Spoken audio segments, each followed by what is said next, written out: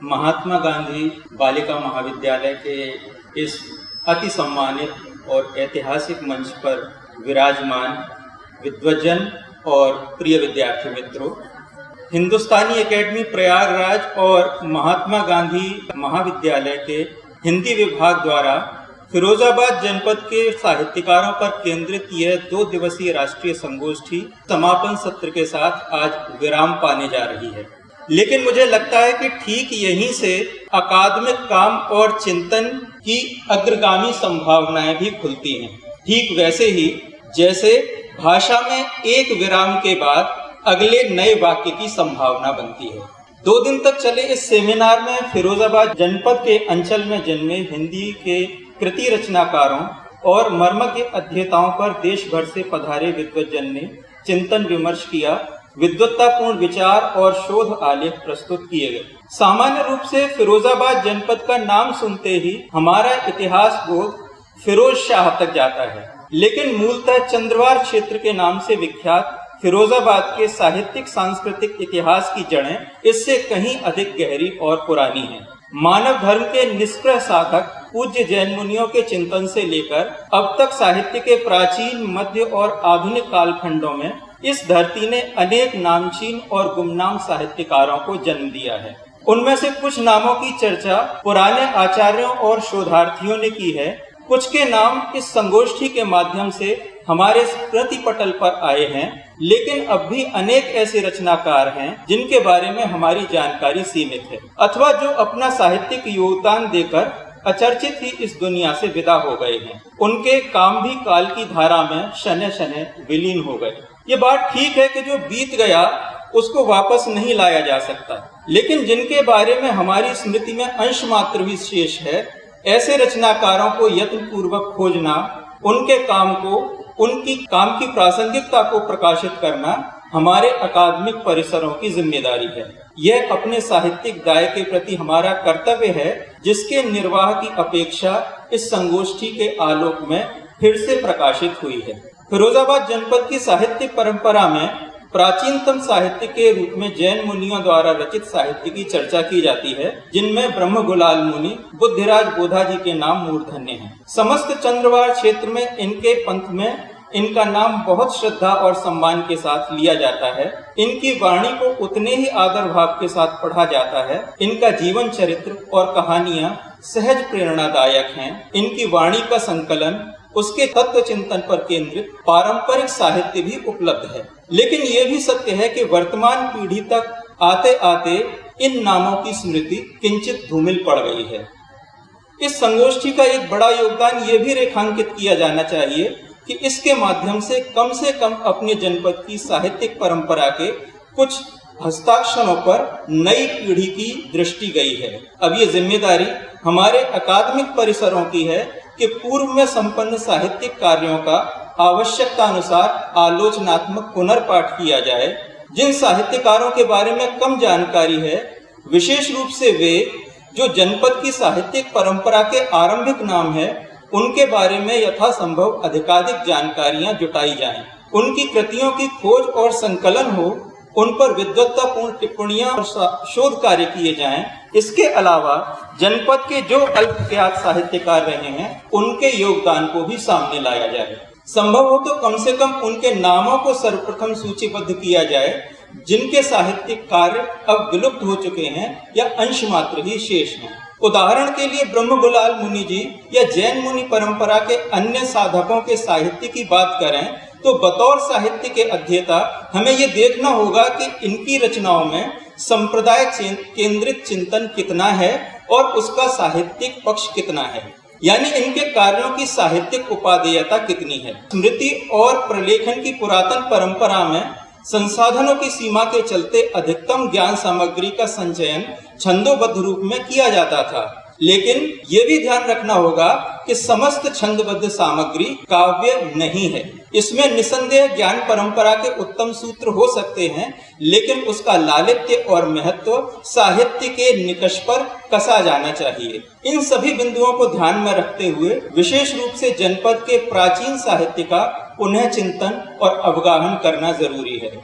फिरोजाबाद जनपद में आधुनिक हिंदी साहित्य के कुछ बड़े हस्ताक्षरों में श्रीधर पाठक जी, दद्दा बनारसी दास चतुर्वेदी जी और श्रीराम शर्मा जी के नाम सुविदित हैं। हिंदुस्तानी एकेडमी के तत्वावधान में पिछली बार फिरोजाबाद में बनारसी दास चतुर्वेदी जी को याद किया गया।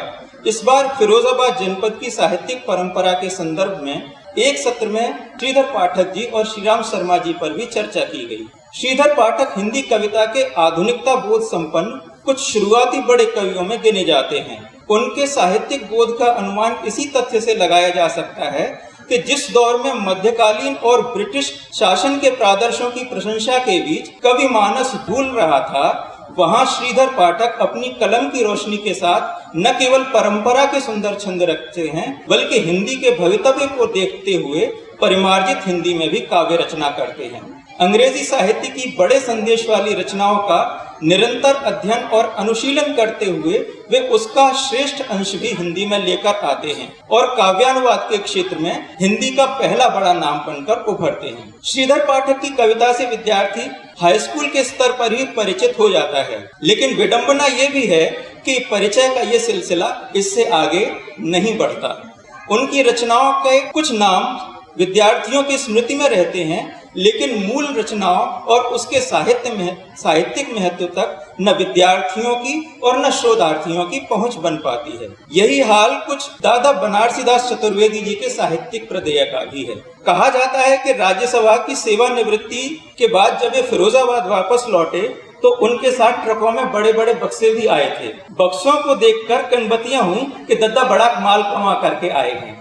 दरअसल बक्सों में माल तो बड़ा था, लेकिन वो करारे नोटों की शक्ल में न होकर किताबों और साहित्यिक सामग्री के रूप में था। ये हिंदी साहित्य, विशेष रूप से प्रवासी भारतीय संस्मरण, लोक साहित्य और हिंदी पत्रकारिता की अमूल्य निधि थी, लेकिन काश कि हमारे उच्च शिक्षा परिषद और उससे जुड़े लोग उसका समुचित मूल्य आंक पाते और उसका नेक नियति के साथ संरक्षण कर पाते। इस संगोष्ठी का एक और निष्पत्ति बिंदु ये हो सकता है कि हिंदी साहित्य के आधुनिक इतिहास से जुड़े ऐसे सभी महत्वपूर्ण रचनाकारों, चाहे वे श्रीधर पाठक जी हों या बनारसी दास चतुर्वेदी जी, उनकी परंपरा के प्रति हिंदी के शिक्षार्थी जागृत हों। कम से कम फिरोजाबाद जनपद तो अवश्य ही इसको लेकर कार्य करे और समसामयिक संदर्भों में उनका आलोचनात्मक परिशीलन करे।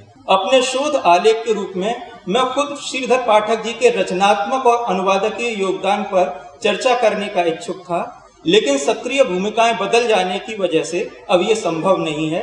फिर भी सार रूप में कुछ बिंदुओं पर मैं इस सभा का ध्यान आकृष्ट करना चाहूंगा। श्रीधर पाठक जी ब्रजभाषा और खड़ी बोली दोनों के सिद्ध रचनाकार हैं। उनकी ब्रजभाषा कविता के अर्थ गांभीर्य और मौलिक उद्भावनाओं का अनुशीलन बोलियों से संबंधित अध्ययनों में शिक्षकों और शिक्षार्थियों की गति और रुचि क्षीण होने की वजह से अब मुश्किल लगती है। ऐसे में मथुरा, फिरोजाबाद सहित ब्रजभाषा क्षेत्र के महाविद्यालयों और विश्वविद्यालय के शोधार्थियों से अपेक्षा की जा सकती है कि वे अपनी भाषाई और साहित्यिक परंपरा का पुनर्पाठ करने के लिए श्रीधर पाठक जैसे समर्थ रचनाकारों को उनके युग बोध और उनके समकालीन महत्व के परिप्रेक्ष्य में पुनर्पाठ करें। श्रीधर पाठक ने जनभाषा हिंदी में पद्य रचना का कार्य भी किया। वे जिस समय ये सब लिख रहे थे वो राजनीतिक और सांस्कृतिक उद्वेलन का दौर था। इस समय ब्रिटिश जन की शासकीय प्रबंध पटुता की प्रशंसा, परतंत्रता की पीड़ा और भावी स्वतंत्र भारत के राष्ट्रीय मूल्यों की चिंता साथ साथ आकार ले रही थी। इसलिए इन कवियों के व्यापक अध्ययन और अनुसंधान की जरूरत है। कभी कभी सीमित पाठ के आधार पर असंगत उपसंहारों की स्थापना शोध के नाम पर कर दी जाती है। ऐसे आत्ममूर्छित शोधों का विश्लेषण करना भी बहुत जरूरी है। श्रीधर पाठक जी ने बहुत सारी बाल कविताएं लिखी। कविता कोश, हिंदवी, रेखता और हिंदी समय जैसे पोर्टल पर मौजूद सामग्री के अनुसार ऐसी कविताओं की संख्या 8 से 10 है। श्रीधर पाठक के बाल साहित्य और उनके बाल साहित्य बोध को लेकर भी शोधपरक अध्ययन किए जा सकते हैं। ये बात रेखांकित की जानी चाहिए कि जिस समय अनेक रचनाकार परंपरा के अनुकरण पर शासन की प्रशंसा में छंद रच रहे थे या फिर हिंदी उर्दू, हिंदी ब्रज के विवादों में पढ़कर अपना बौद्धिक श्रम और समय निवेश कर रहे थे, उस समय श्रीधर पाठक उन रचनाकारों की अगली पंक्ति में खड़े थे जो अपने समय और अपने भविष्य के कर्तव्य बोध को लेकर जागरूक रहते हुए विभिन्न विधाओं में अपनी कलम चला रहे थे। श्रीधर पाठक ने अपने साहित्यिक जीवन में जो कुछ अर्जित किया, उस पर केंद्रित कुछ अकादमिक कार्य पिछली दशाब्दियों में हुए हैं, उन्हें पुस्तकालय की गर्द से वापस लाने की जरूरत है। पद्मधर पाठक द्वारा संपादित श्रीधर पाठक की रचनावली थोड़े श्रम के साथ हासिल की जा सकती है। मुझे लगता है कि श्रीधर पाठक के व्यक्तित्व और कृतित्व का समग्र मूल्यांकन करने के लिए उस ग्रंथ का भी अवगाहन किया जाना चाहिए। आखिरी बात मैं श्रीधर पाठक के अनुवादों को लेकर करना चाहूंगा। सर्वविदित है कि पाठक जी ने अंग्रेजी की 3 बड़ी कृतियों एकांतवासी योगी, हर्मिट, उजड़ ग्राम, डेजर्टेड विलेज और शांत पथिक, द ट्रेवलर के अनुवाद किए। इनके अलावा एक उपन्यास तिलिस्माती मुंदरी के नाम से भी मिलता है। इन अनुवाद कार्यों का आलोचनात्मक अनुशीलन हिंदी की अनुवादकीय परंपरा के प्रति अत्यंत प्रासंगिक योगदान होगा, ऐसा मुझे लगता है। मुझे ये कहते हुए गर्व होता है कि जिस जनपद में डॉक्टर राम सनेही लाल जी और श्याम सनेही लाल जी जैसे साहित्य की परंपरा और आधुनिकता के विचक्षण आचार्य मौजूद हैं, जिसके महाविद्यालयों में डॉक्टर संध्या जी जैसे कितने ही सुयोग्य प्राध्यापक सक्रिय हैं, वहां जनपद के साहित्यालोचन को अधिकाधिक समृद्ध और गतिशील बनाने में क्या दिक्कत हो सकती है। आपके पास जो अनुभव की अकादमिक दृष्टि है, भाषा और साहित्य की परंपराओं की प्रामाणिक जानकारी का जो अनुभव बोध है, उसका लाभ यहाँ के विद्यार्थियों को मिलते रहना चाहिए। यही इस संगोष्ठी के सफल आयोजन की सबसे बड़ी गवाही होगी। बहुत बहुत धन्यवाद।